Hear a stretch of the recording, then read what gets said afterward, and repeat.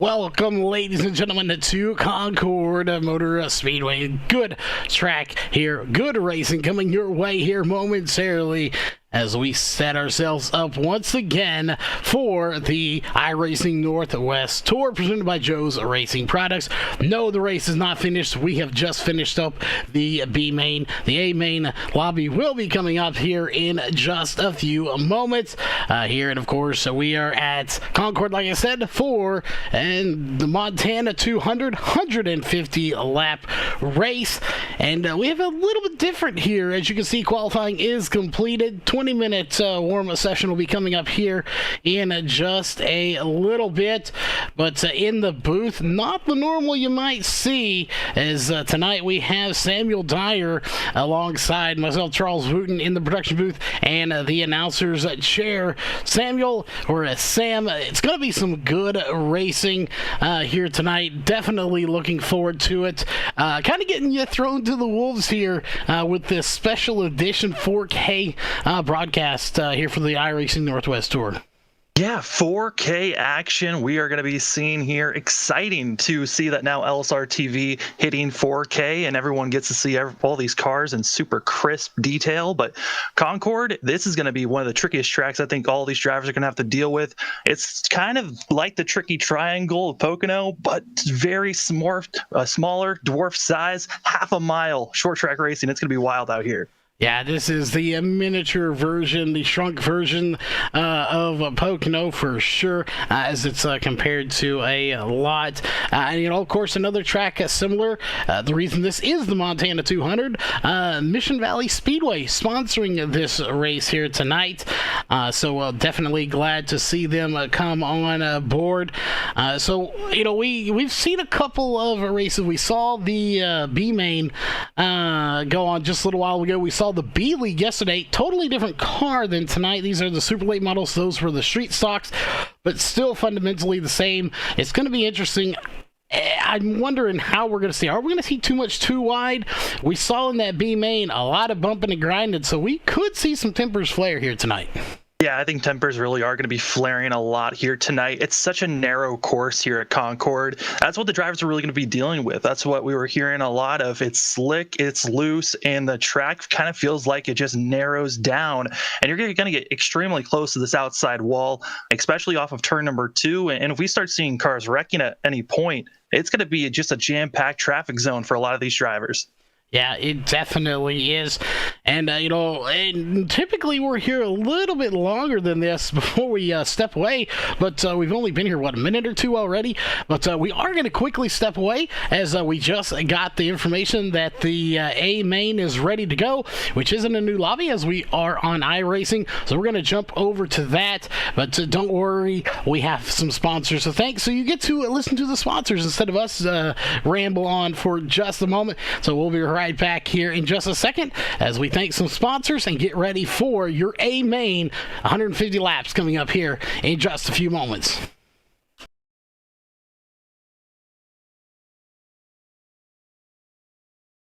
We're based out of West Monroe, Louisiana. We do custom t-shirts, racing. We'll do any shirt. We'll do schools, churches, fundraisers. We do a ton of event shirts, as you can see on our board here, all around our banner. Personalized, we'll do anything. It doesn't matter to us. We got the custom rugs. We use all the, top quality shirts, inks and everything, hoodies, hats. We do embroidered hats, embroidered shirts. You can call us for anything. We do offer the bag and fold to where you can receive them and they're already labeled and tagged and bagged, ready to give out to your customer and stuff. So you can just call us and just tell us, hey, this is what we're looking at doing. And if we're going to put the car on there, it is 125 quantity minimum. If it's without the car, it's 60 quantity minimum. That's strictly on the racing stuff. If it's a business or something, if you race on Texas shirts, it's a little bit differently. You can call us. It just depends on your quantity and ink color. Everything is hand drawn. Everything. We don't Photoshop anything onto a shirt or anything like that. Everything that we go through, everything is drawn. and which is the reason for the art fees. 'Cause we do have several graphic artists that draw for us, and they're really good. So what we do is on any package that you do, we can mix and match. We can do any colors. You can do purple, red, blue, green, and do the rest black. It doesn't matter to us. With your design on there, we can do hoodies. We can do hoodies, long sleeve shirts, t-shirts, tank tops. It doesn't matter. I mean, it's almost limitless what you can do, and you can put all that together in that package to make that minimum requirements. They can call us 318-278-7191, or they can email us at bulletprooftees.yahoo.com, or they can go to the website bulletprooftees.com. All right, we are back, ladies and gentlemen, and as we were just saying there, not sure we had a failure on iRacing's end, so give us just a moment. We're going to try to sort this one out really fast. We're based out of West Monroe, Louisiana. We do custom t-shirts, racing. We'll do any shirt. We'll do schools, churches, fundraisers. We do a ton of event shirts, as you can see on our board here, all around our banner. Personalized. I mean, we do anything. It doesn't matter to us. We got the custom rugs. We use all the top quality shirts, inks and everything. Hoodies, hats. We do embroidered hats, embroidered shirts. Just you can call us for anything. We do offer the bag and fold, to where you can receive them and they're already labeled and tagged and bagged, ready to give out to your customer and stuff. So you just call us and just tell us, hey, this is what we're looking at doing, and if we're going to put the car on there, it is 125 quantity minimum. If it's without the car, it's 60 quantity minimum. That's strictly on the racing stuff. We're based out of West Monroe, Louisiana. We do custom t-shirts, racing. We'll do any shirt. We'll do schools, churches, fundraisers. We do a ton of event shirts, as you can see on our board here, all around our banner. Personalized. I mean, we do anything. It doesn't matter to us. We got the custom rugs. We use all the top quality shirts, inks and everything. Hoodies, hats. We do embroidered hats, embroidered shirts. Just you can call us for anything. We do offer the bag and fold, to where you can receive them and they're already labeled and tagged and bagged, ready to give out to your customer and stuff. So you just call us and just tell us, hey, this is what we're looking at doing, and if we're going to put the car on there, it is 125 quantity minimum. If it's without the car, it's 60 quantity minimum. That's strictly on the racing stuff. If it's a business or something, if you race on Texas shirts, it's a little bit differently. You can call us. It just depends on your quantity and ink colors. Everything is hand drawn. I mean, everything. We don't Photoshop anything onto a shirt or anything like that. Everything that we go through, everything is drawn, and which is the reason for the art fees. We do have several graphic artists that draw for us, and they're really good. So what we do is on any package that you do, we can mix and match. We can do any colors. You can do purple, red, blue, green, and do the rest black. It doesn't matter to us. With your design on there, we can do hoodies. We can do hoodies, long sleeve shirts, t-shirts, tank tops. It doesn't matter. I mean, it's almost limitless what you can do, and you can put all that together in that package to make that minimum requirements. They can call us 318-278-7191, or they can email us at bulletprooftees.yahoo.com, or they can go to the website bulletprooftees.com. All right, well, Sam, we're going to try that one more time. Apparently, other people are having some issues as well, as you were saying, and we had an issue there as well. Obviously, not on our end, as that was no due to internet, anything like that. The server just decided it didn't want us to be here. Well, I got news flash for that server, Sam, is we don't listen to it. It's not our boss. It just might take a couple of times, but we are here waiting for the racing action to start. I got word about 8 more minutes of warm-up time, and then we will get back underway for racing. And I'm excited for Concord. This is going to be fun racing action. I mean, a triangle racing course. It allows these drivers to be a little bit more daring at some of these courses, and might have to try to utilize the apron at times to find that extra speed. Yeah, they're going to have to utilize everything they can. Oh, except for that, you don't utilize the wall. That's a bad thing. You want to keep it off the wall. while this may be a sim, we talk about it, we try to make it as real as we can. You really don't have the damages you have to repair at the end of the night. But trust me, I've been behind the wheel. I'm sure you have. Hitting one of these walls, especially one like this that doesn't have a safer barrier, it can jerk that wheel out of your hand really quick. And there have been people that actually got injured when that wheel jerks and it yanks your arm. It can actually hurt your arm and do some damage to your shoulder. So you have to be really careful on tracks like this where you get a little bit of speed and then can easily hit that wall. Yeah, I mean, it's really a factor of what your force feedback setting is. Some drivers like it extremely high. They can feel every single bump, and they have to really work the wheel. Other drivers like to have their wheel pretty loose, so they can just slide around wherever they want. But, both those have their advantages and disadvantages. And I think a lot of these drivers hoping to stay off that wall the best that they can. But as you're seeing here during practice and warm-up time, drivers are trying to get as close as they can to maximize that speed off these corners. Yeah, they are definitely trying to maximize everything they can, and you just have to really hope you don't get into the wall. It's tough. It's going to be a tough battle, so we'll see how it all pans out for these drivers. As you can see them going around the track right now, getting those last minutes in, as you talked about. But, we heard a couple of drivers that maybe, I won't say favorites to win, but have shown they've got some speed here. Right now, we look at the top of the charts here. You have Casey Garber, Travis Barnes, Shane Quinn, Nick Bellamy, and Levi Allen, your top 5 based on the fastest lap. So we'd look to see if those guys are at the top or if maybe somebody else is going to come and steal this one out from under them. Yeah, I mean, we've watched a couple of practices that have happened, and Garber as well as Quinn have been on top of the board in the top 5 fastest cars almost every single practice. So that 96 in the 4 machine, those are probably my favorites of having the best chance of winning this race. But even if you're quick at the start, doesn't mean you're going to have the tires at the end. We watched that B main, and a lot of drivers were talking about how their wheels and their tires kind of just felt like they fell off after about 20 to 50 laps, and it's going to be tough for 150 laps to keep these tires under them. Yeah, it's going to be very tough indeed. Again, we have, I believe, about 24 is what we're starting here tonight. Yes, that'll be correct. 24 drivers, and so far, Ellie Musgrave, Brian Breyer Reynolds, Hayden Plivon, Gary Smith, and Keaton Anderson have not put in times in practice. And keep in mind, we will not have qualifying. This field is set from qualifying. They've already been through the B main. That's all complete. As we talked about that a little bit, your race information presented by Race on Texas. This is the 20-minute warm-up session. Qualifying heats and the mains are complete, and we have 150 laps for these drivers to get around this track.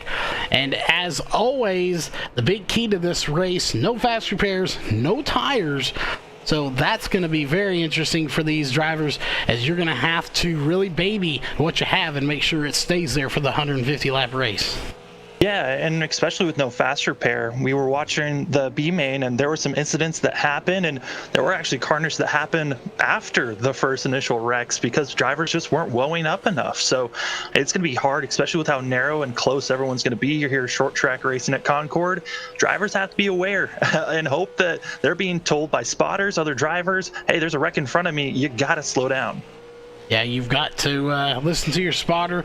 And, you've also, your spotter's good, but he is not 100% here, so you really got to be aware of your surroundings on this track because unlike a real spotter, some of these guys do have real, some of them use the iRacing spotter, and it's a computer, it is a sim, and that is the one bad thing about it is if they sit there and say clear, clear, clear, once they've committed to that clear, if you become unclear, well, he is unclear to say that, and he will not say unclear, so you really, really have to be careful. Watch your surroundings.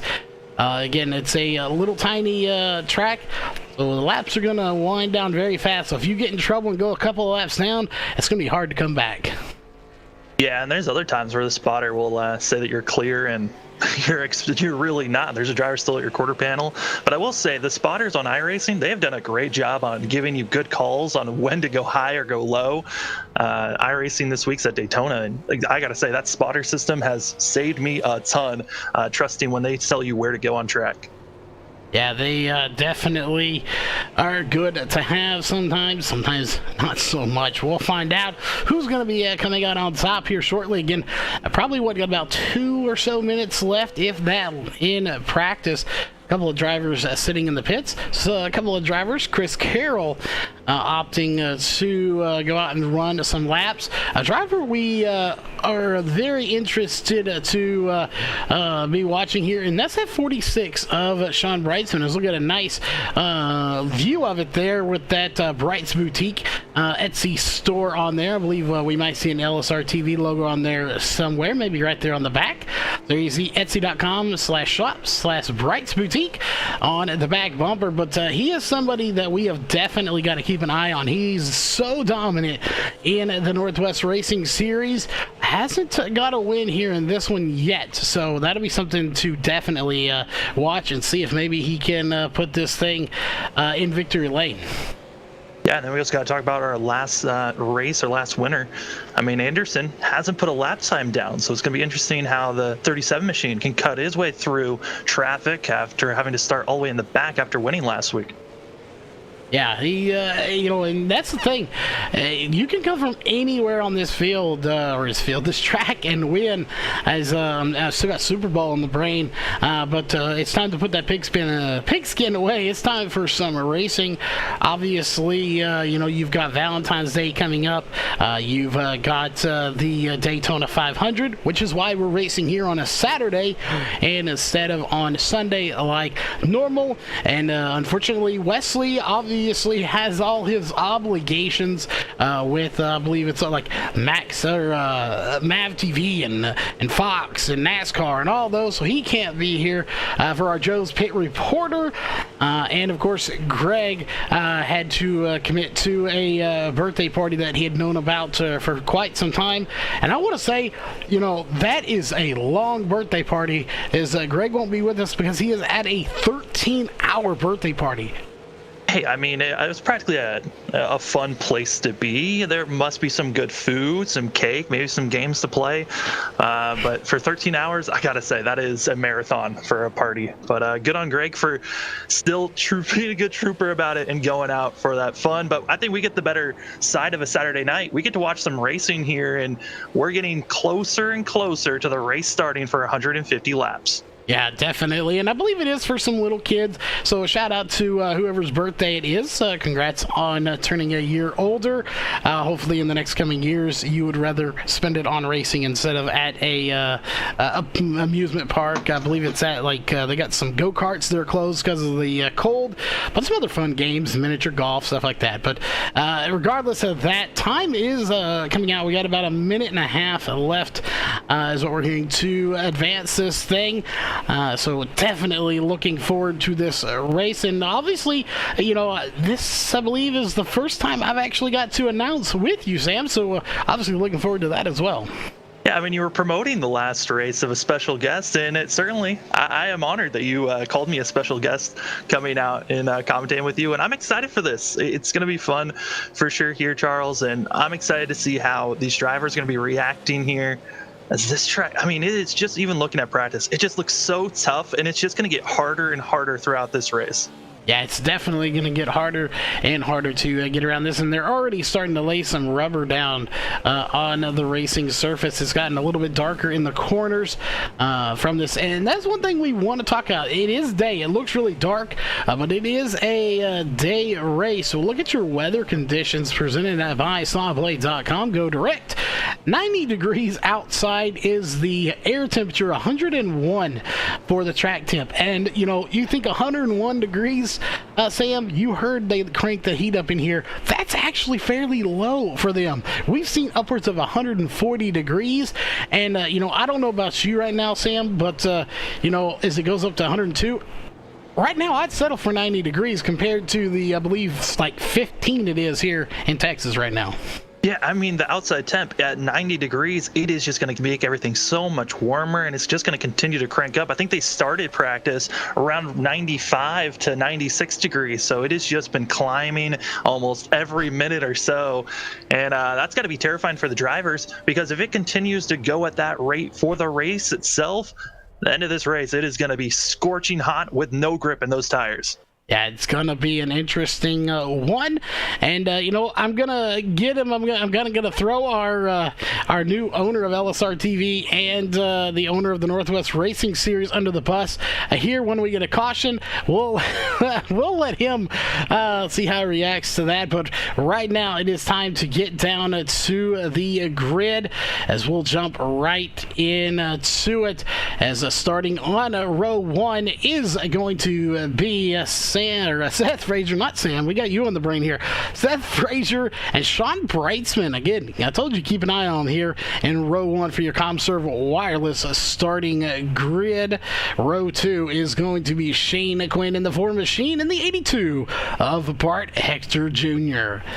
Row 3 is going to be the 06 of Josh Washington and the 79 of Gary Smith. Row 4 is going to be Isaiah Gill in the 14. He was somebody we were told to keep an eye on in this race. Alongside him on row 4 is going to be Levi Allen in the number 41. Row 5 is going to be Ellie Musgrave in that 23.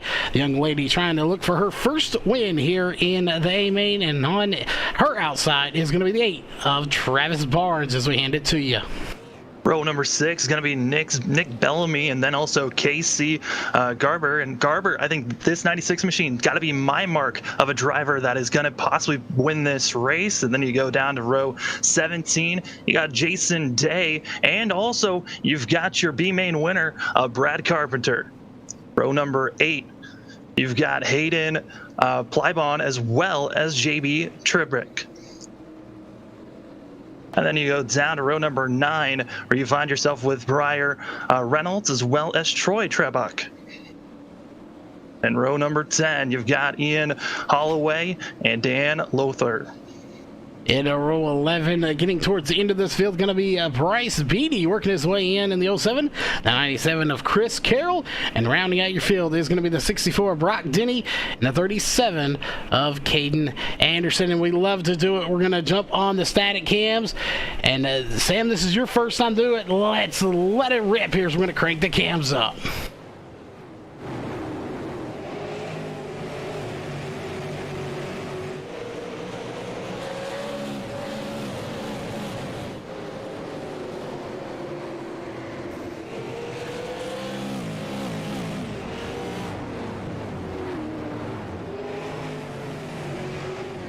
All right, and of course, in a true fashion, the caution comes out for the first time, and we're going to go back and take a look and see what happened. And a special partner here for this race, it is your LSR TV 4K replay here for tonight's race. Also swag on board for there, but we wanted to show that off just a little bit more as you're watching this caution that unfolded during the kick in the asphalt, and right there, a little bit of contact sends the 79 around from the 06, and it is a just parking lot junkyard on the front stretch here, and that is not what you want to see if you're behind these guys.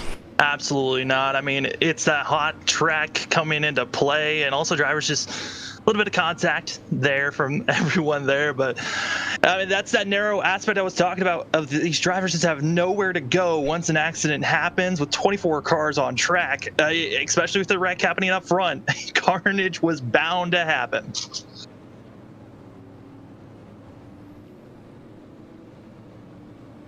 Yeah, Carnage was bound to have checking in on chat, social media, stuff like that. As we definitely try to keep track of all that stuff. We want to give a big shout out to all of our fans. And looking like having here, we're gonna have to fix something real quick. We do apologize for that. So I'm beginning to see why we were having some complaints. That stuff wasn't showing up properly, but we should have that all sorted out now, as we were at a typo on our behalf, and it was causing some issues.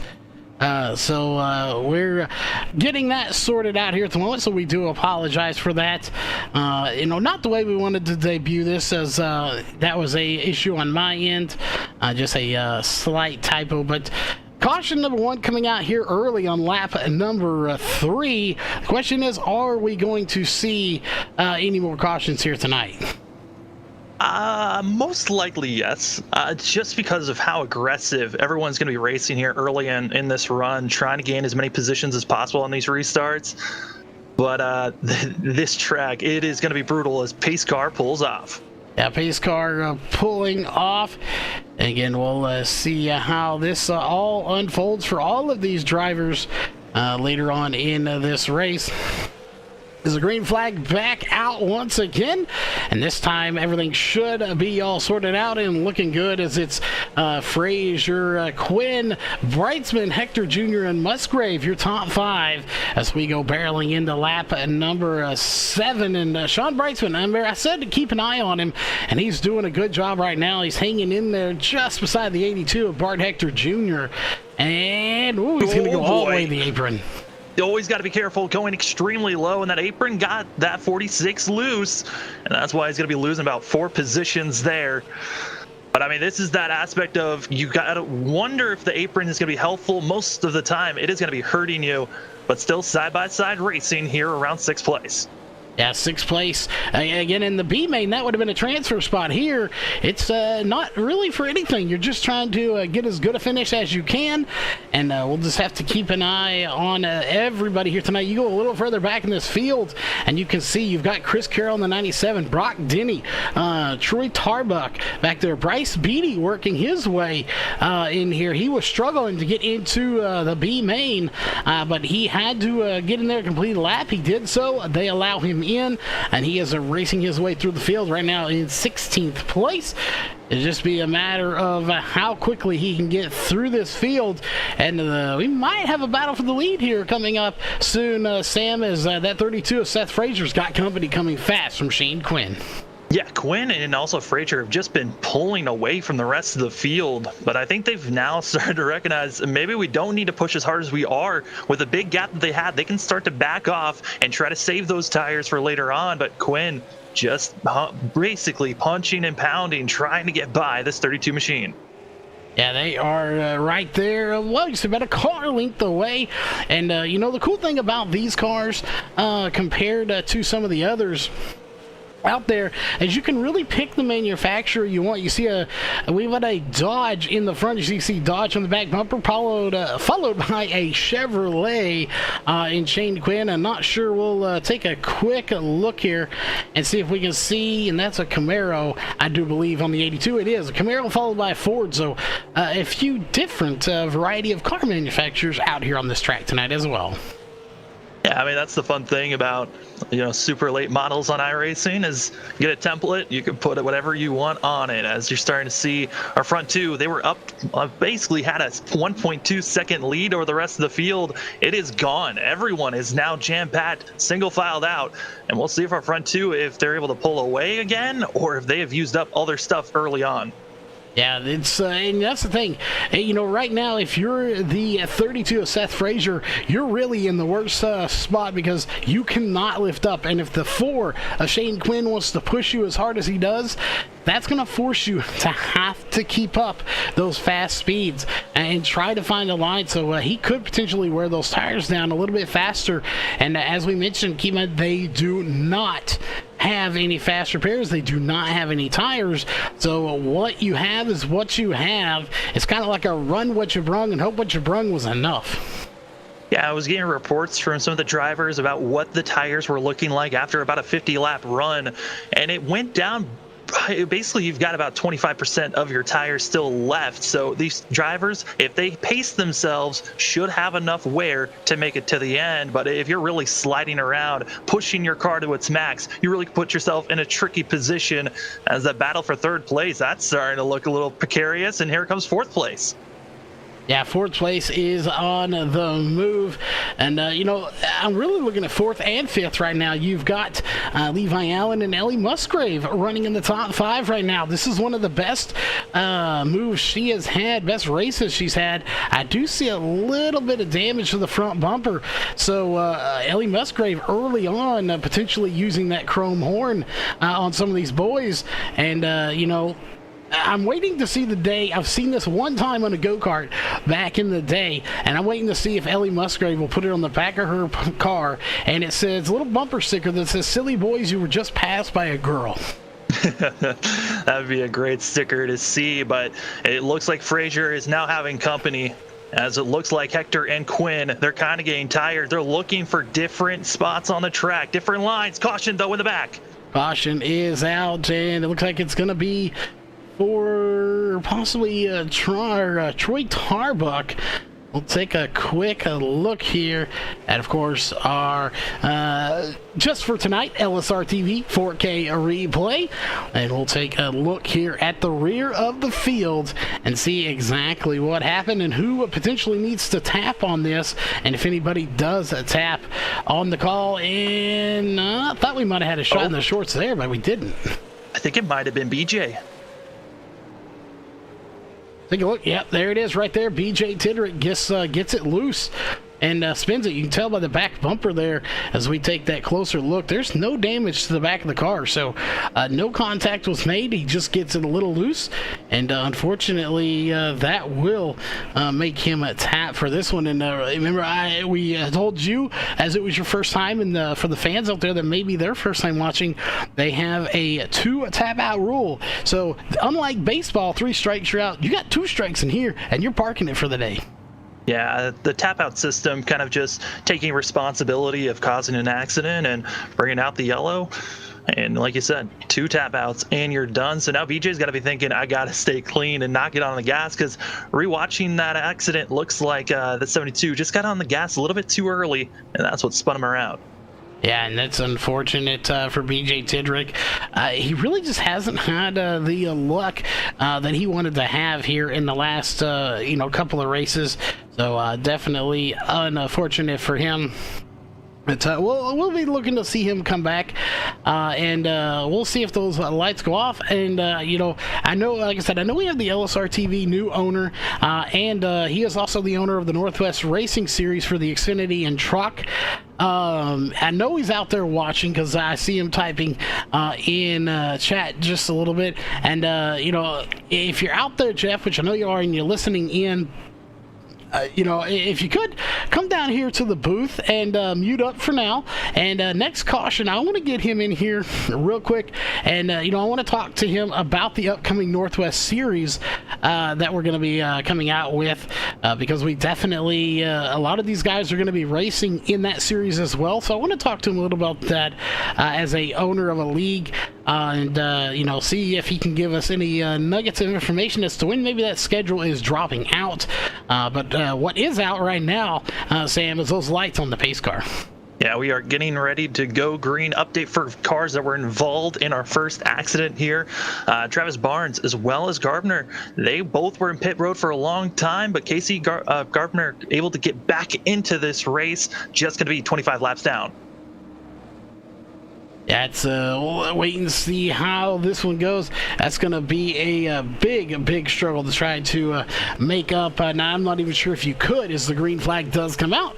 And once again, Frazier leading onto the green flag, followed by Quinn, Hector, Allen, and Musgrave. Again, Musgrave still having a good run for herself here tonight, and the battle is on for second at the moment. It is Bart Hector Jr. and Shane Quinn and the 82 and the 4. That 41 to 23, though, not giving them a whole lot of room, is really from about second back. The battle is on, and I guess at this point you can really count Seth Frazier in there as well for the lead. Yeah, and right now, I mean, Frazier's certainly going to be trying to do his best to hold everyone off. But looking at some of these drivers right now, as lap traffic going to be in the way, that will be the that's the 8 of Barnes that was able to get back out on track. And you can see him right there looking good in that lime green and highlighter orange number 8 machine. A new look for him in that number 8 machine. And there he is right there. And there are your leaders, 1, 2, and 3. They're going to be on him very soon on his back bumper. And I have a feeling he'll let him by, but it really could play a factor, if he holds them up at all. Could potentially they get to him, or could this group. Ellie Musgrave, Isaiah Gill, Levi Allen, Jason Day. Could these guys catch up with that front back? Because they've really kind of separated by about 6 car lengths. I mean, I think they've got the pace. I think it's understanding, hey, we've got some very quick machines under ourselves, but we got to save our tires and try to hope that the front pack, they start to use a little bit too much. As dropping back to around 8th place, that's when we're seeing some too wide action, as it's looking like Keenan Anderson finally has been able to make some charges forward, as well as Chris Carroll. Both those drivers have been making great charges up, moving up 15 and 16 positions. Yeah, they definitely have, and we're already on lap 37, 114 laps to go.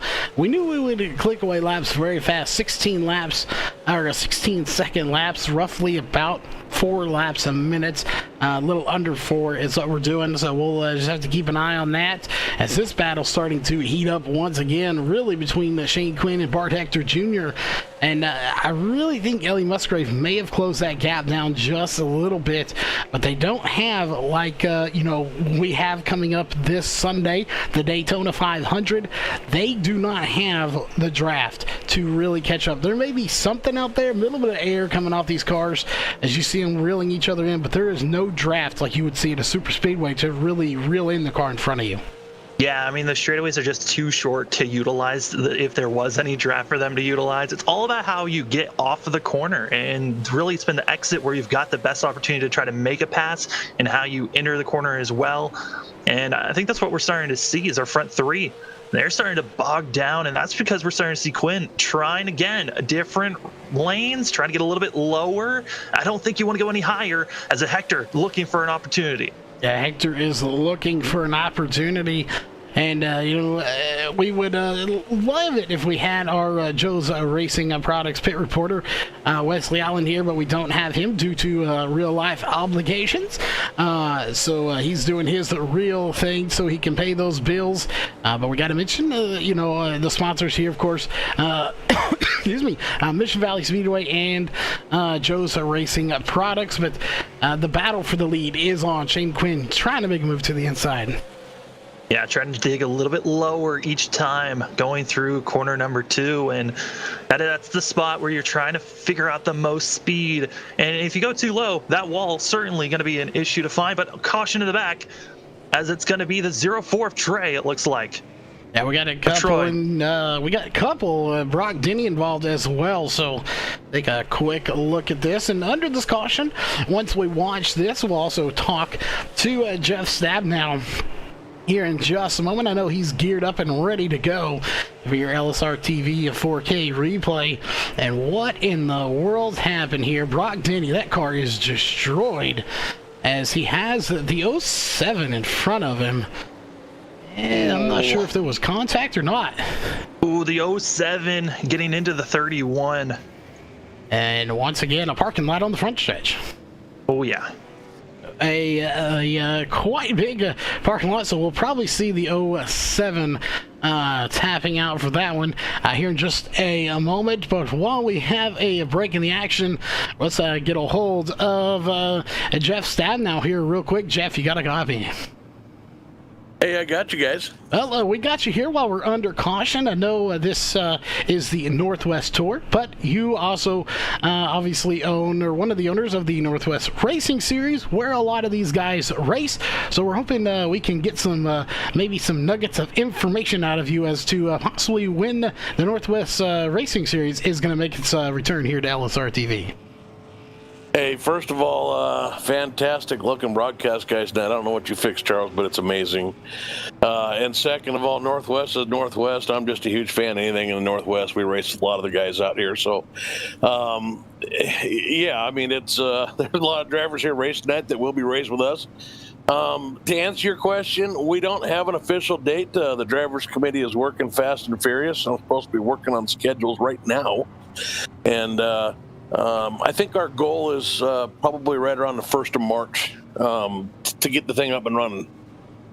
Well, definitely looking forward to it, and we won't divulge any detailed information, but we will say that there was a typo involved. That's why the first half of the or first few laps of the race didn't look as good as they probably should have. There was a little digit missing. We'll leave it at that. It's somewhere. So we managed to get that one fixed. Apparently, we should not be working on things at 2 or 3 in the morning. But we're night owls around here. But around March, looking forward to getting back to I know it's a late night for me, but I enjoy it. So, Jeff, any final thoughts here before we let you go work on that schedule? Well, first, it might not just be a couple late nights for you. We're talking about adding a third series right now, so we may have an ARCA series joining the schedule this year, too. So might be several late nights for you this year, Cody. All right, so we're going to go from 66 to like 300. That'll do it. We'll take it.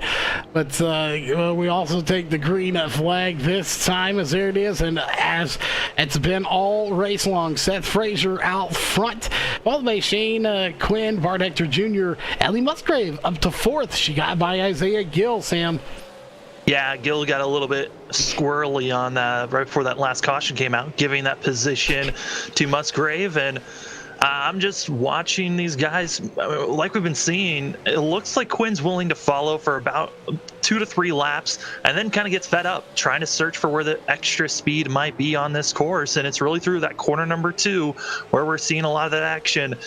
But honestly, it's looking like the nose might have to be used if you want to get by Frazier, because he is just doing a great job blocking everyone.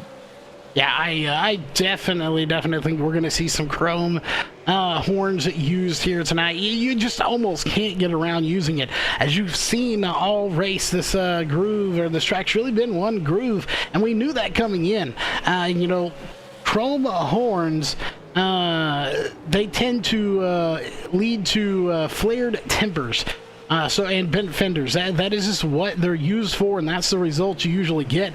But right now, Quinn, he's not quite settled for that second position. Like you mentioned a second ago, he waits a few laps and then he's makes a move, and it hasn't worked out so far.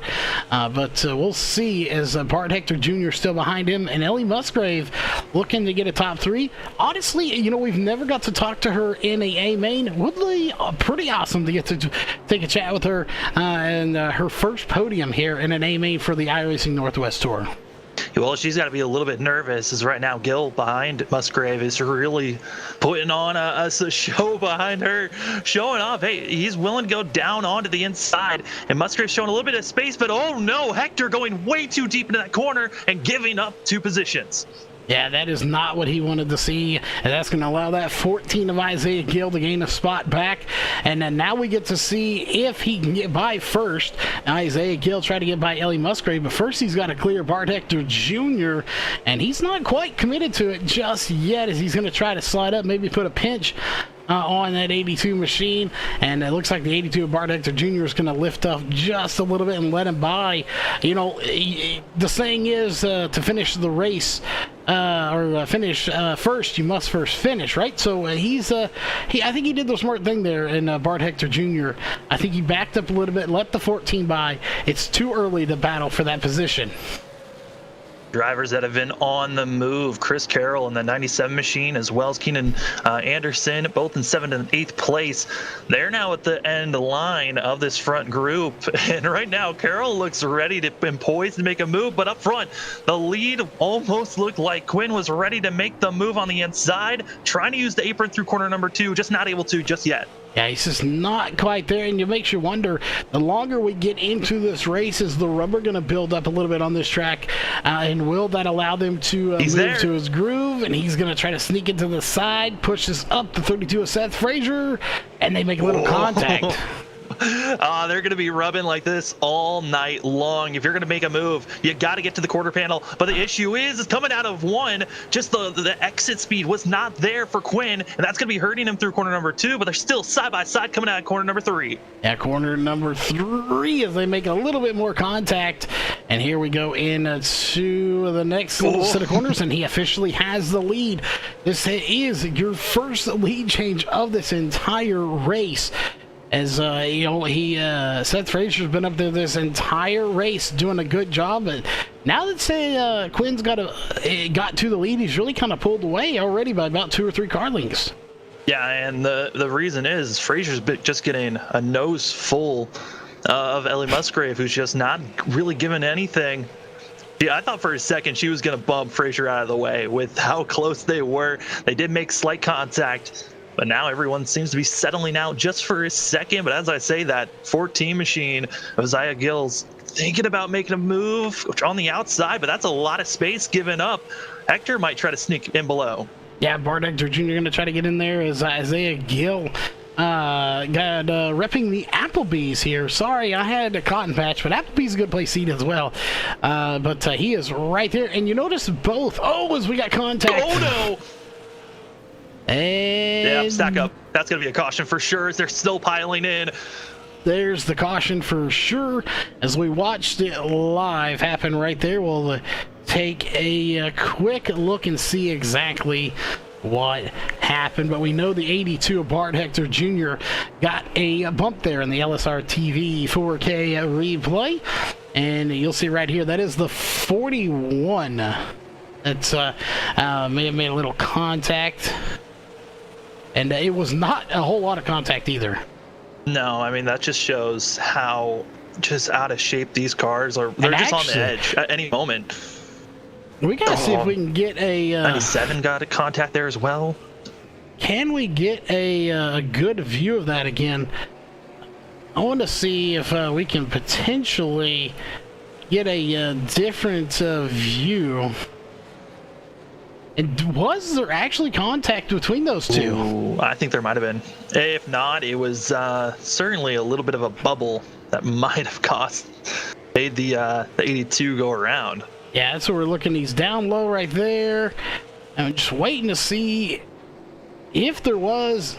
I think there was just slight contact on that rear left quarter panel.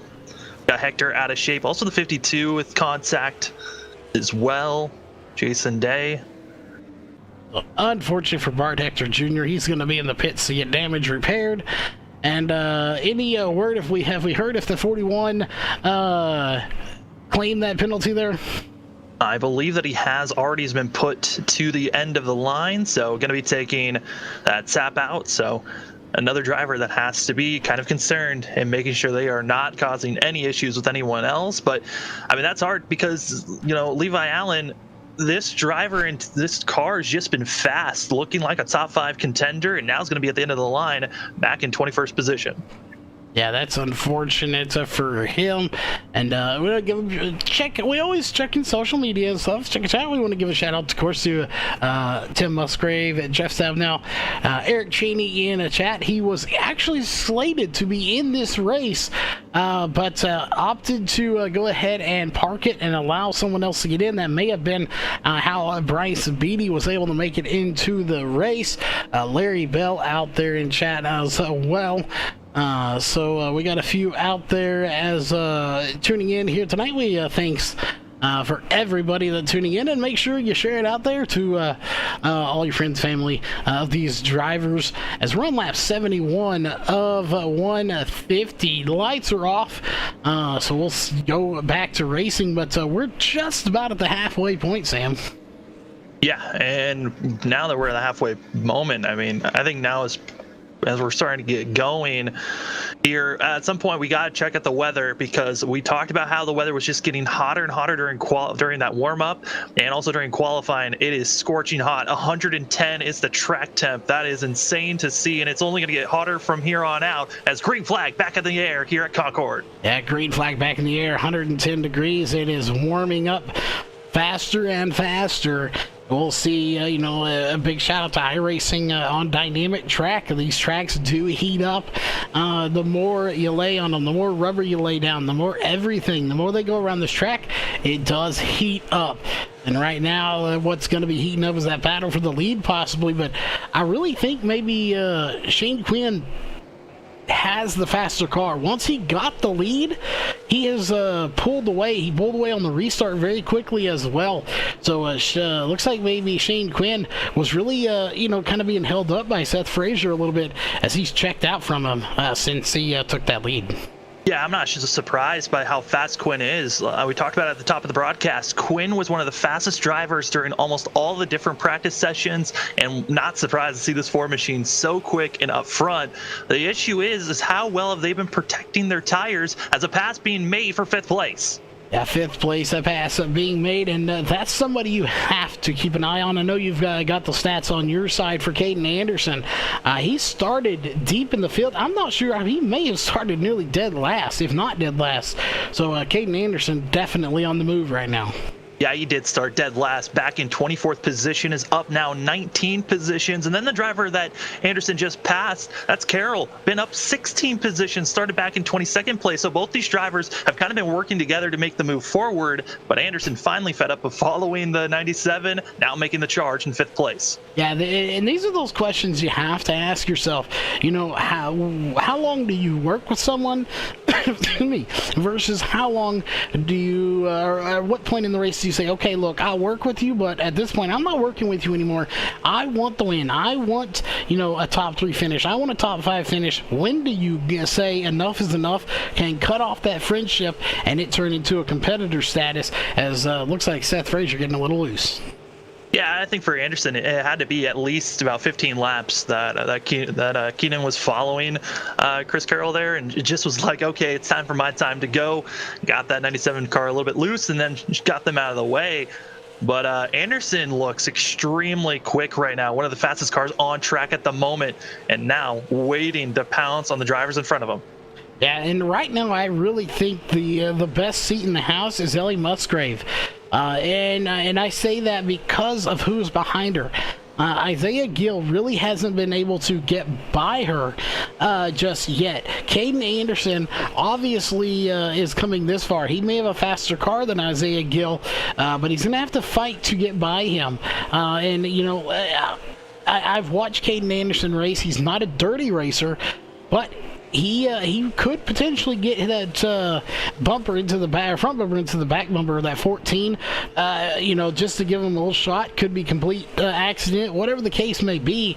He's going to do what he has to do to try to get by that 14, and if contact is made and a caution comes out in the event of it, both of them would be going to the back, and that's good news for Ellie Musgrave because she's clearly faster than some of these guys behind her right now.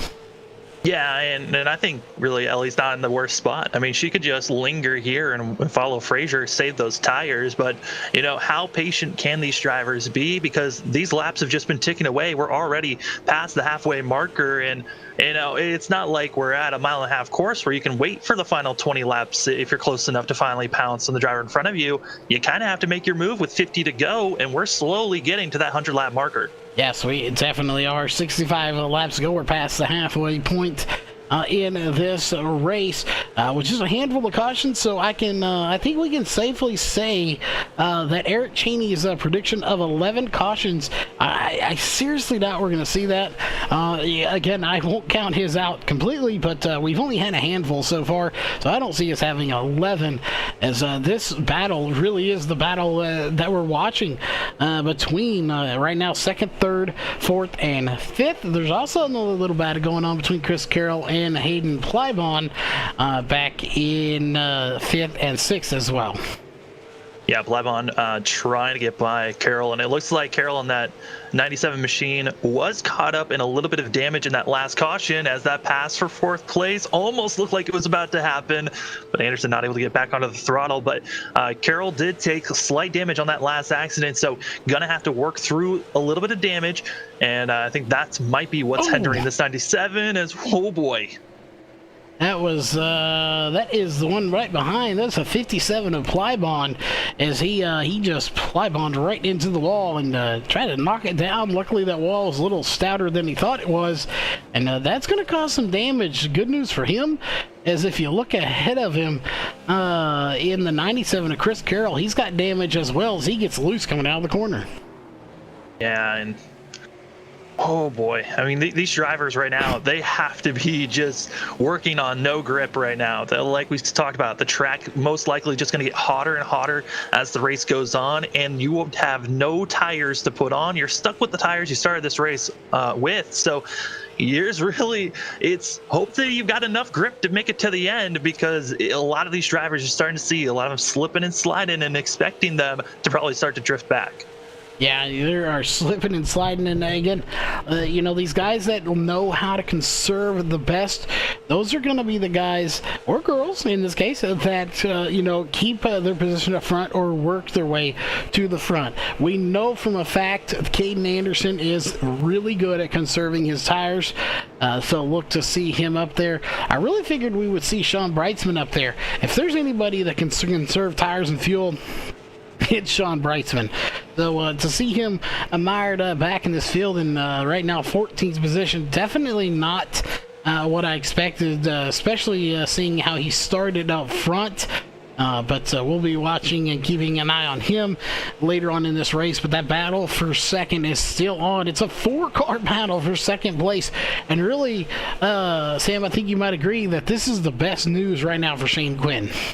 Yeah, well, I bet you would say yes, but at the same time, Shane's got to be nervous. We're about 10 to 15 laps away from lap traffic being a true factor for our leader here, and there's a bit of traffic that he's got to deal with, at least 3 cars that are mixed up with one another about 2 seconds away, but caution's going to be happening in the back half of the field, and this could be happening right in front of our leaders, and it is. And that is the 72 of BJ Tidrick that's involved in that, as we take a look once again here at your LSR TV 4K replay. We'll see exactly what happened to him. Got a little bit of help from the 63, it looks like. And again, right now I really think these tires are wearing, and we're going to start seeing a few more of these as they come out or into the corner, and right there just gave him a shot in the shorts. Yeah, that was coming on the entry of corner number 3, and just like coming in, I think that's just the difference of drivers with comfortable levels of what their tires are like. Some feel like they need to slow down and make it through the corners, try to save their tires to the end. Others thinking, hey, it's go time. And these were 2 drivers that were battling back, I believe, around 20th place. So it wasn't like they were battling for the highest positions, but certainly you don't want to see someone being taken out like that. You definitely don't. And the lights are on the pace car. So real quick, we're past the halfway point, coming up on 50 to go. We'll step away real quick for a quick commercial here from the sponsor. We'll be right back.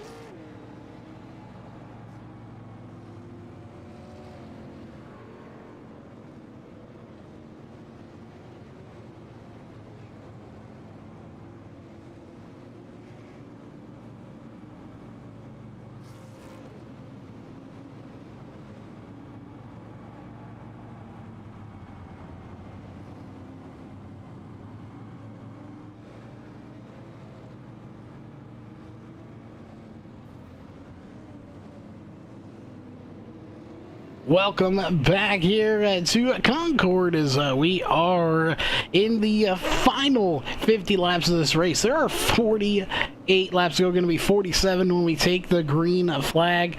Again, we knew this race would go fast. We've been here an hour and 3 minutes on the air. Keep in mind, about 20 of that was pre-show.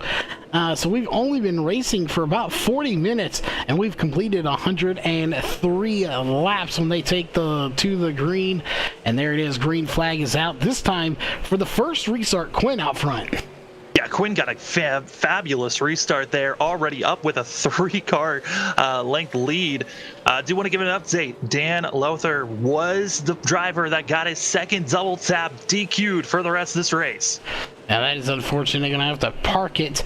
He'll come back next week. We'll be looking to see how he does. But, you know, first and second, they're not super stretched out, but they're a little ways. But that battle's still going on. Third, fourth, and fifth is underway. And it makes you wonder, you see how spread out to second, third, fourth, and fifth are right now.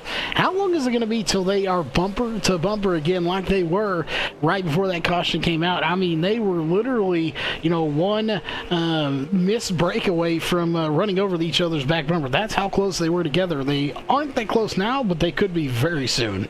Yeah, I mean, at this point, if you make a little bit of a mistake, you can come back down. You shouldn't lose a position. But once they get grouped up, probably here in the next 3 laps or so, it's going to be hectic, because if you make one slip up, you get your bumper a little bit out of shape, you certainly can put yourself in a precarious spot to be passed or even spun. Do want to state, though, with the fact that we had that last caution, our leaders were coming up the lap traffic. With the timing of that caution, the pace that the drivers have been putting down, lap traffic should not be an issue if we stay green to the end. Yeah, that was a saving grace if you're your race leader. You know, he's not going to have to deal with them unless something drastic happens. He shouldn't have to deal with them anyway. Right now, somebody who is having to deal with something, that is Seth Frazier. He has got a mirror full of right now Ellie Musgrave. Unfortunate for Ellie Musgrave, even if she is fast as the 37 scrapes the inside wall, Seth Frazier, you know, he doesn't owe that 23 of Ellie Musgrave anything. I know Valentine's Day is coming up, but they ain't sweethearts, so you ain't got to let her by. No, you really don't. And I think the key here is, if you do have to use that chrome nose, get that car out of the way. Don't wreck them, but get them squirrely and moving away, and make sure you just pull away so they don't have an opportunity to give you back a little bit of payback. But right now, I think, you know, you talked about how Ellie was in a very good spot of just staying in third place, waiting for her time to shine. I think she might have the best tires of all these drivers, because she's had to back off a little bit more, hasn't really had to push it too aggressively, because we haven't seen her be as aggressive as she was in the first 15 laps. It's kind of been in just wait mode for all this time. Yeah, she really has been just in wait mode, and we'll see. Right now, she's still in that mode, but she may not be for long, as here comes the 14 and the 37, and they're pushing her. It makes you wonder. I really think the 32 of Seth Frazier had to wear his tires out a little bit more than he wanted to, because right now, you can see, this is what I was talking about, how they are bumper to bumper, and everybody's having to check up, and right there, the 37 of Caden Anderson gives Isaiah Gill a shot in the shorts, letting him know, hey, buddy, I'm here, and then that time he's just going to just knock his doors off. A little bit of a body slam there by the cars, and now it's going to be putting Hayden, the 57, now a chance to get back into this action, because all the drivers, they're not going to be racing as hard as they can, and with hard side-by-side racing, it brings the cars behind you into the fray. Yeah, that was maybe, you know, he needed to get by the 14 of Isaiah Gill in that 37 machine. However, the way it was done, it actually cost him a little bit of time to Seth Frazier and Ellie Musgrave. And like you said, it's also allowed these guys back here with Hayden Blyvon, Chris Carroll, Briar Reynolds. It's allowed them to reel them in a little bit. So we'll see. And, you know, I wouldn't say that Caden Anderson roughed him up too bad. There was contact made, and you know, we don't know how the relationship is between that 37 and the 14. That little bit of a rough up there, well, that could come back to bite him in the rear if the 14 gets to his back bumper or to his door panel. Well, he's right there, and I'm probably about a lap or two away from, if wanted, use that bumper to get the 37 out of the way. Isaiah Gill really in a good spot to try to get some payback if needed. But I'm just wondering if that body slam actually hurt both of those drivers. They're not really catching up to Musgrave or Frazier as fast as I thought they were going to be. I mean, Frazier's been kind of slowing this pack down. They've been staying pretty equal with Quinn. I don't think Quinn's feeling like he needs to really push his machine, understanding, hey, there's still about 30 laps to go. Let's keep this car clean until we get to the end. Yeah, and right there, these guys are battling, and now you see that Anderson and Gill have managed to catch back up to the 23 and the 32 of Musgrave and Frazier. But like you said, there's your leader. He is out in no man's land, out by himself, as he's going to come to the line right there. And there's Seth Frazier. He's just getting to the line, so he has about a straightaway's length, if you can even really say there's a straightaway here at this track. I know we haven't really talked much about the drivers that are in the middle of the pack because up front it's just been great racing all race long. Do you want to give some updates on some of our biggest losers so far? Levi Allen, who was a part of, I believe, our third or fourth caution of the day, all the way back in 16th position, hasn't been able to really make a charge forward at all. And also the 46 of Bretzman that you were talking about as someone to watch out for, he's back in 14th place, about 12 positions back from where he started. But Ellie Musgrave trying to make some moves, possibly put herself into second place. Yeah, she is trying to do so, and she's got to do so quick. 25 laps to go when they take to the line this time. And right there behind her is Caden Anderson. And Caden Anderson is not going to just sit there. We've seen what he did to the 14. He gave him a shot, he gave him a warning, and then he gave him a door slam. And said, you're going to have to replace that panel because I just dented it up for you. Will he do that again to Ellie Musgrave? We'll see. As they are right there. This battle has been huge all race long. Well, at least ever since Quinn took the lead. It makes you wonder, though, is Frazier really holding up this pack or not? I think he is. I think he's really holding up this pack because they need to be making their charge now. Patience is out the window. You need to move the car if they're in front of you out of the way. Don't wreck them because you don't want to get that tap out penalty, but you certainly need to make all the moves if you can, if you feel like you can catch up to that 4 and run down and possibly have a chance for this win, because all your patience, it's out the window. If you don't make your move in the next 3 laps, your chances of winning this race could be out the window unless a caution comes out. Yeah, gonna be 20 to go before you know it. And you're talking 20 laps, 4 laps a minute roughly. That is not a lot of time to get around this track. So every lap counts, every minute counts in this race. And Ellie Musgrave hanging on for dear life right now, probably saying, Frazier, come on, let me by if I'm faster than you. This freight train's got to go. Otherwise, we're going to see a pile up here behind that 32 machine. It is so impressive to look at our top 5 and how fast they are running compared to the rest of the field. They're running about 2 to 4 tenths faster than everyone else, and that's just because they've been quick and able to save their tires. I mean, we were seeing the 57 staying with our leaders, and they've all lost. They're about 2.6 seconds back from, that's the difference between 5th and 6th place when they were within a car length of one another just about 15 laps ago. Yeah, this race really resembling a pack race. I doubt Daytona, Talladega, or something like that is, we'll see the leader. But look at this. Let's go to the drone cam here. And look, you can kind of see behind those trees, you have little packs of racing. There's one little pack. There's another pack. There's your leader. There's 2nd, 3rd, 4th, and 5th. There's 6th, 7th, 8th, and 9th. 10th, 11th, 12th, 13th, all the way through about 20th. So there are definitely a lot of packs around this track. Yeah, and you saw some packs that were side by side, and that is all the way back in 19th and 18th position. And this is the pack that our leader of Quinn is coming up to. I don't think Quinn's going to have to deal with this pack when we come to the end of this race, but the pace of these drivers are so different. Lap traffic might be an issue for this 4 machine here in the next about 10 laps with our final 6 laps to go in this race. Yeah, we'll wait to see. Right now it's going to be 15 to go, going to be 14 at the line. And you notice that Caden Anderson has backed off a little bit off of Ellie Musgrave's back bumper. And I'm curious there what might have happened. You saw him, he was getting really close and he would almost give her a shot and then he'd have to back off. And did that cost him a lot of momentum? Oh no. And Ellie Musgrave having connection issues here.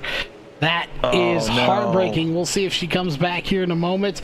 That may have been why the 37 backed off, as he didn't know where she was at, and it looks like Ellie Musgrave is potentially done here for tonight.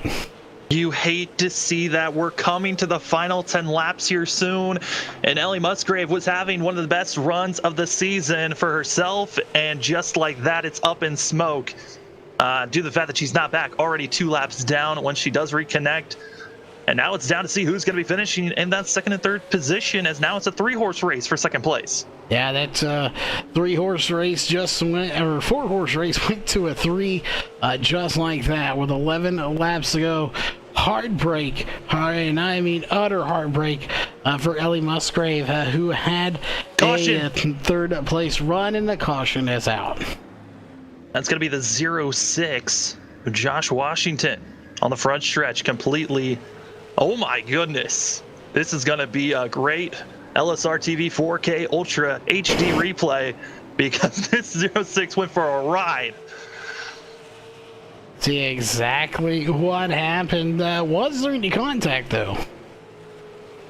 Trying to get a better look from my end. Might have just been a self into the wall there. Oh, no, he had contact. Oh, yep.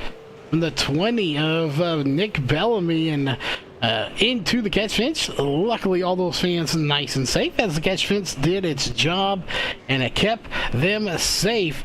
But again, what a ride there, as into the fence he went.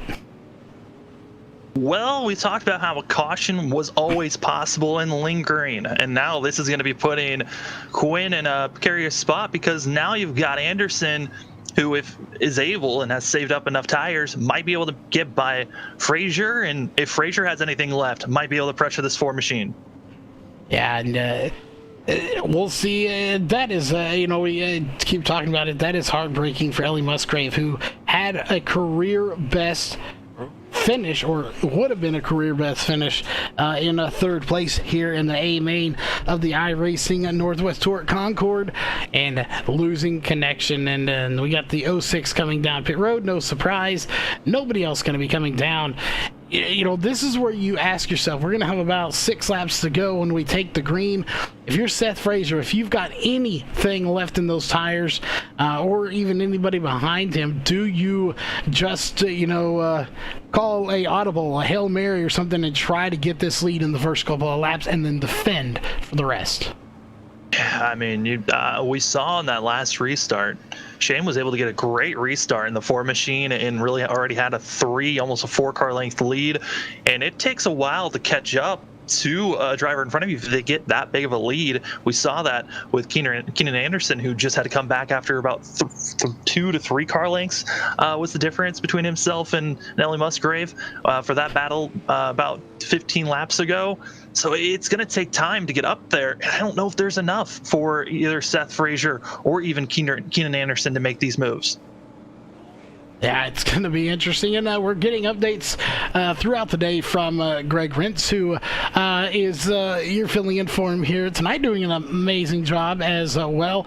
And apparently they're eating cornbread and or corn muffin, and his niece, I believe the one that's there for the birthday, apparently put like 7 sticks of butter on her cornbread. So interesting there. We're getting updates from that party as well. But the green flag is back out, and we are racing Quinn. 5 laps to go. That's all he has to hold on to this lead. Can he do it is the question.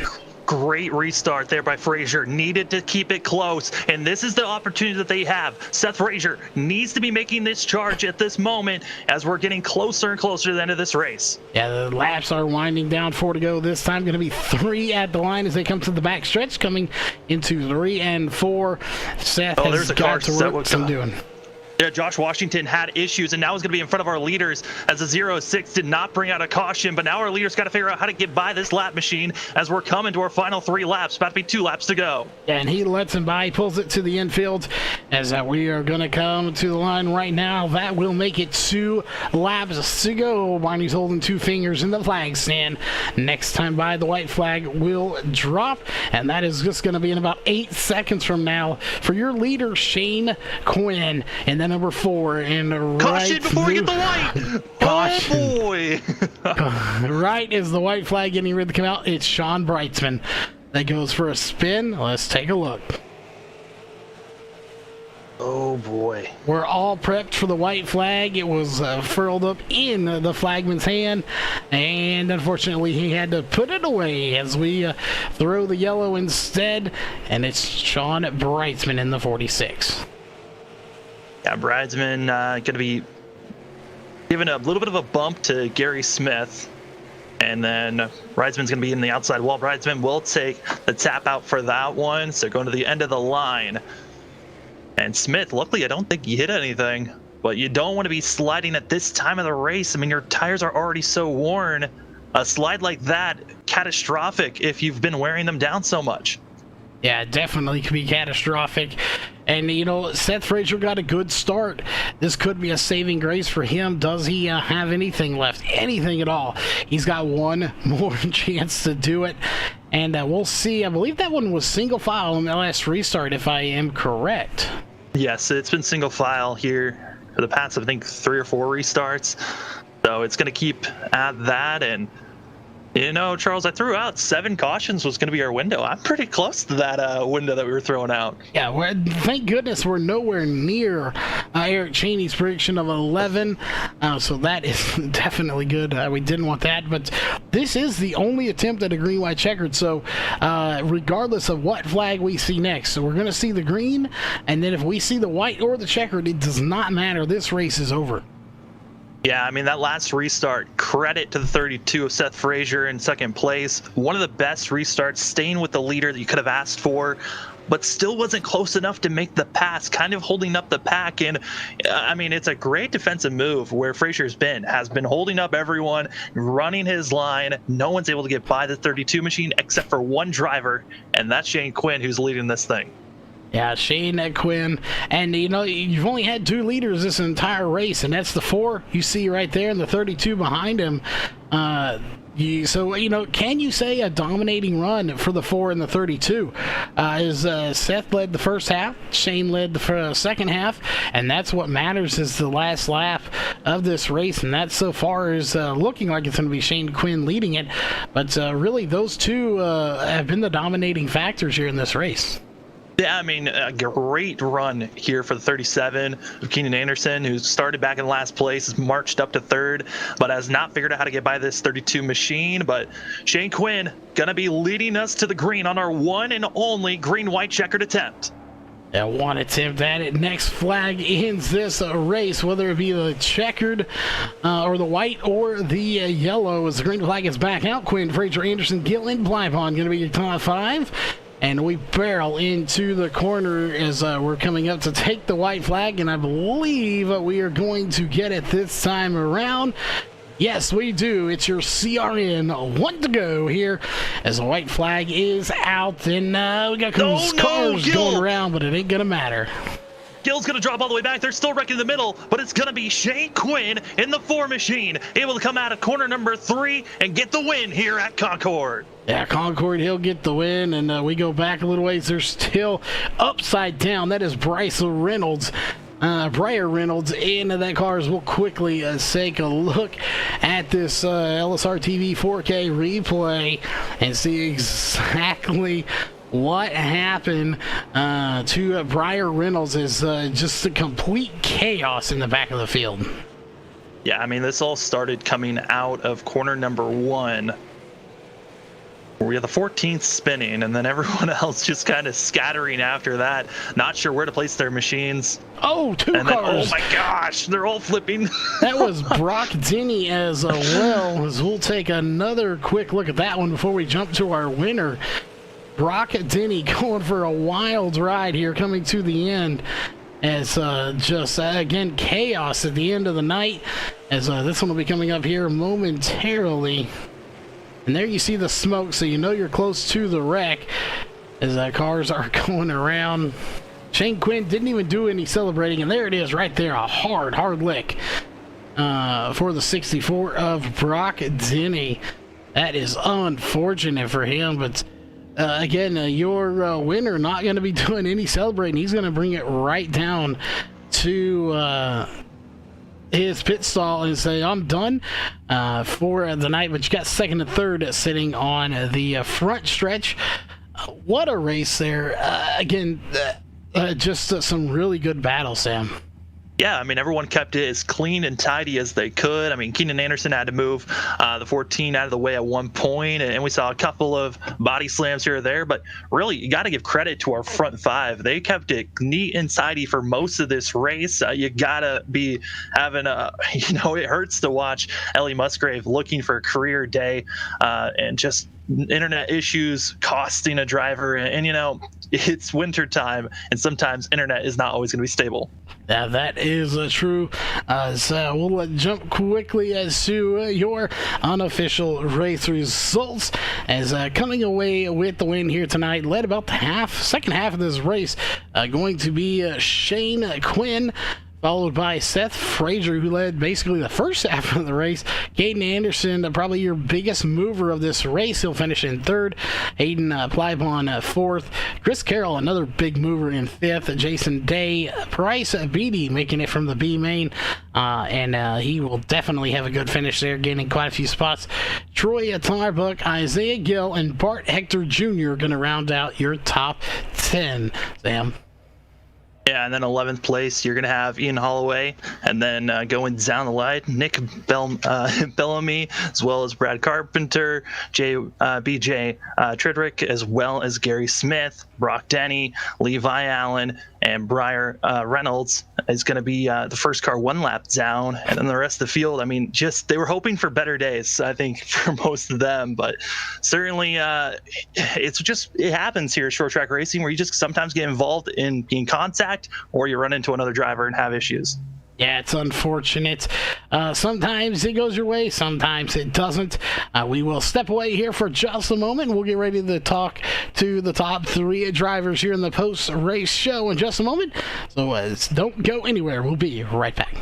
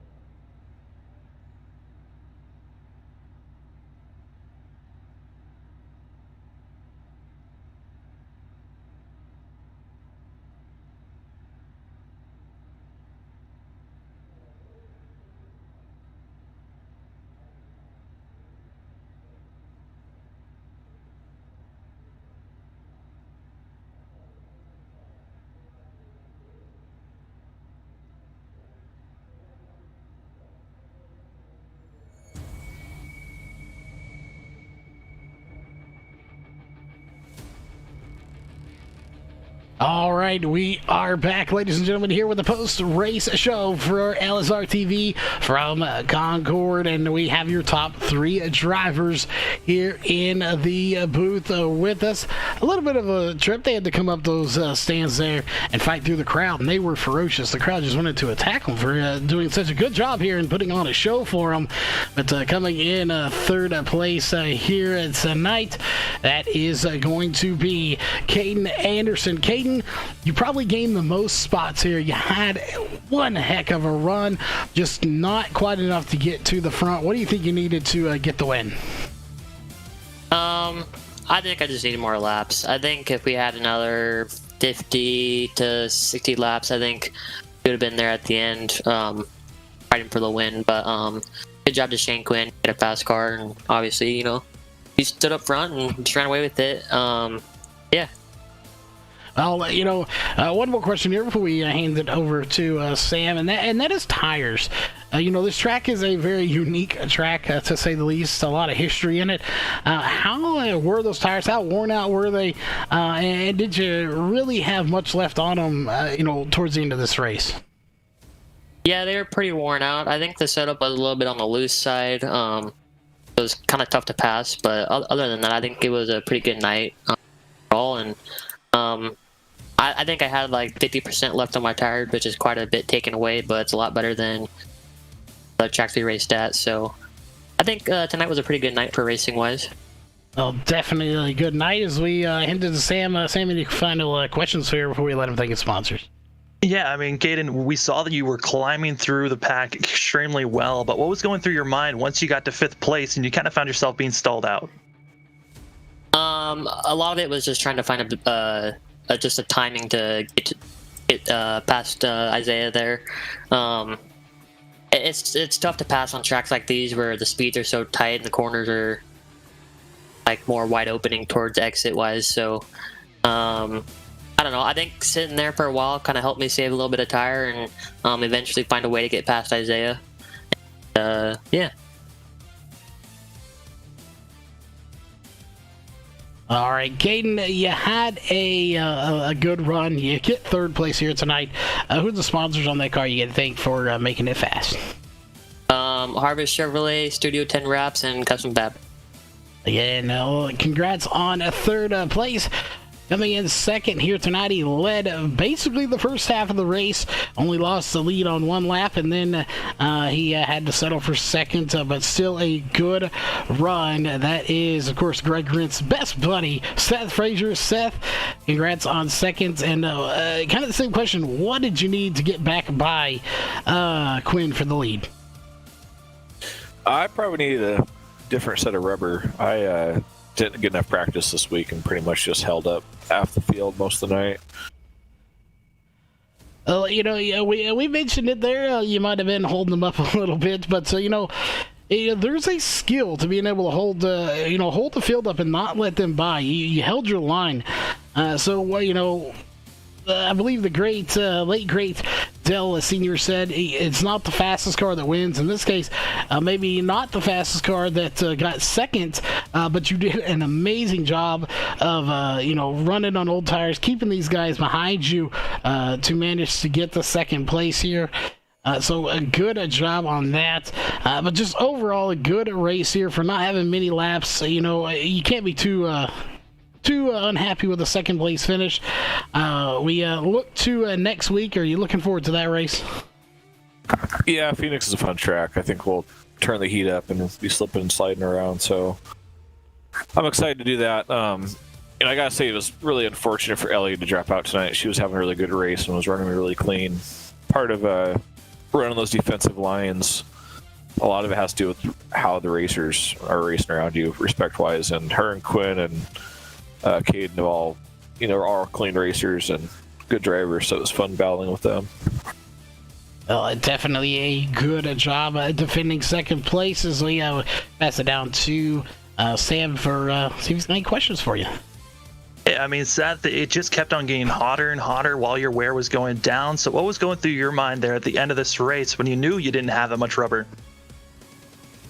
I'm just trying to limit mistakes, and sometimes it's tricky, but sometimes when you got somebody faster behind you, the best thing you can do is slow down and not try and hang it out there and get all you can, because you'll make more mistakes. So trying to time your runs and try to limit the mistakes. Well, limiting mistakes, definitely a good way to hang on to it. Seth, who are those sponsors on the car you got to thank for the 2nd place here tonight? Well, I need to thank my buddy Mike Wood back in Middlesex, North Carolina, for painting all these cars for a lot of us and making us all look good. I need to say hi to Aunt Kathy out there, and big congratulations for Greg Rentz. He's got a date tonight. It's only a 2nd date, but it is a farmersonly.com date, and I hear him and her are doing really well, even if she does have a beard. Well, and to add to that, we will put that we got reports that we don't know how well it's going to work out. Apparently, they have an addiction to butter, so we'll be getting more information about that in the coming days or hours when we talk to Greg again. But congrats on 2nd place. Your winner here tonight, that is going to be the 4 of Shane Quinn. Shane, you got the win here. You got by Seth Frazier there about halfway through this race. You know, it took a while to get by, so when you finally did get by, were you fairly confident that, you know, as long as it took you to get by, that you were going to be able to hold off the rest of this field too? Yeah, I mean, I knew how hard it was to get around Seth, so I can imagine, you know, the next guy in line is, you know, Seth's really fast driver, really good, and, you know, but the better ones are that tough to get around too, you know, so I knew if I had a little bit of speed on them, if I gap out a little bit, then I can try and save my tires a little bit. And I gapped out a little bit on them, and that's kind of what I was trying to not get my tires hot, and worked out. He had a little more right rear than I did. I was looking at the tires, but you know, it worked out for me. Well, you know, it definitely worked out for you. Same thing, we're headed to Phoenix next week. We know the track's going to be a little bit hotter. It's in the middle of the desert, so looking forward to Phoenix, not looking forward to it. What are your thoughts of going into Phoenix next week? I love Phoenix. It's a fun track to race at. Get some speed. It's usually pretty tight racing.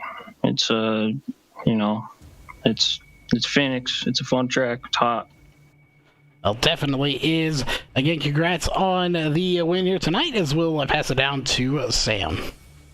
All right, Shane. I mean, this was a great race on your part, but when we got closer to the end, there were some late cautions that came out. What was going through your mind when you were coming up to lap cars, and then also when you had to go into that green, white, checkered?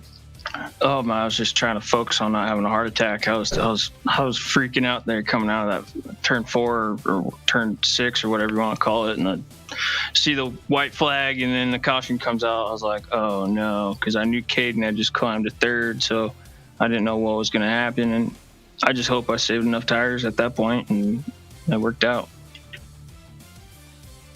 Well, it definitely worked out for you good. And, of course, you got to thank the people for making it to victory lane. And who would those be on the side of that car?